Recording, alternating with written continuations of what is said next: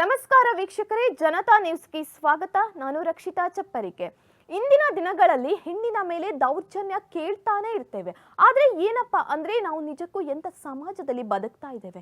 ಒಂದೆಡೆ ಕಾಲೇಜು ಊರುಗಳಿಗೆ ತೆರಳಿ ಹೆಣ್ಣು ಮಕ್ಕಳ ರಕ್ಷಣೆ ಬಗ್ಗೆ ನಮ್ಮ ಗಂಟಲು ಒಣಗುವಂತೆ ಜಾಗೃತಿಯನ್ನ ಮೂಡಿಸ್ತಾ ಇದ್ರೆ, ಇನ್ನೊಂದೆಡೆ ಅದೇ ಸಮಾಜ ಸಿನಿಮಾಗಳಲ್ಲಿ ಮಹಿಳೆಯರನ್ನ ಕೀಳಾಗಿ ಬಿಂಬಿಸುವುದನ್ನ ಮತ್ತು ಅತಿಯಾದ ಹಿಂಸೆಯನ್ನ ನೀಡುವ ದೃಶ್ಯಗಳಿಗೆ ಸೂಪರ್ ಹಿಟ್ ಅಂತ ಖುಷಿ ಪಡ್ತಾ ಇದ್ದೇವೆ ಅಲ್ವೇ.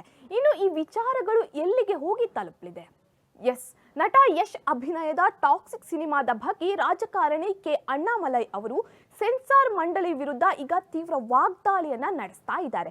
ಯಾಕಂತ ಅಂದ್ರೆ ಸಿನಿಮಾದಲ್ಲಿ ಅತಿಯಾದ ಹಿಂಸೆಯನ್ನ ನೀಡುವುದು ಮತ್ತು ಹೆಣ್ಣನ್ನ ವಿರೋಧಿಸುವ ದೃಶ್ಯಗಳನ್ನ ಪ್ರದರ್ಶಿಸುವುದನ್ನ ತಡೆಯಲು ಸಿಬಿಎಫ್ಸಿ ಜೊತೆ ಆಗ್ಲಿಲ್ಲ ಅಂತ ತಮ್ಮ ಆಕ್ರೋಶವನ್ನ ವ್ಯಕ್ತಪಡಿಸಿದ್ರು.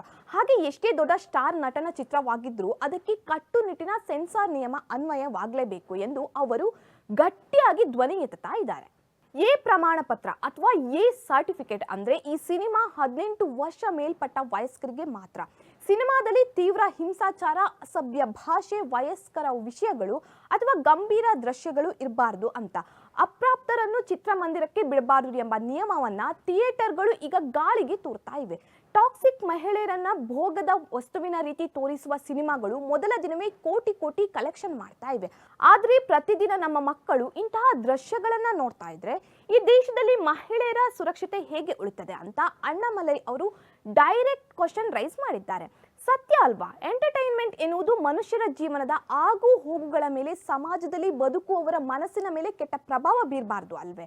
ಕೇವಲ ಗಲ್ಲಾಪೆಟ್ಟಿಗೆಯಲ್ಲಿ ಬಾಕ್ಸ್ ಆಫೀಸ್ ಧೂಳಿಪಟ ಮಾಡುವುದು, ಶೋಕಿ ಮಾಡುವುದಷ್ಟೇ ಚಿತ್ರರಂಗದ ಕೆಲಸವೇ? ಸಿನಿಮಾ ಎಂದರೆ ಬರೀ ಮನೋರಂಜನೆ ಅಷ್ಟೇ ಅಲ್ಲ, ಅದು ಯುವ ಪೀಳಿಗೆಯ ಮೇಲೆ ಬೀರುವ ಪ್ರಭಾವಕ್ಕೆ ಯಾರು ಹೊಣೆ? ನಮ್ಮ ಸಂಸ್ಕೃತಿ ನೈತಿಕತೆಯನ್ನ ಬಲಿ ಕೊಟ್ಟು ಮಾಡುವ ಈ ಮನೋರಂಜನೆ ನಮಗೆ ನಿಜಕ್ಕೂ ಬೇಕಿದೆಯೇ?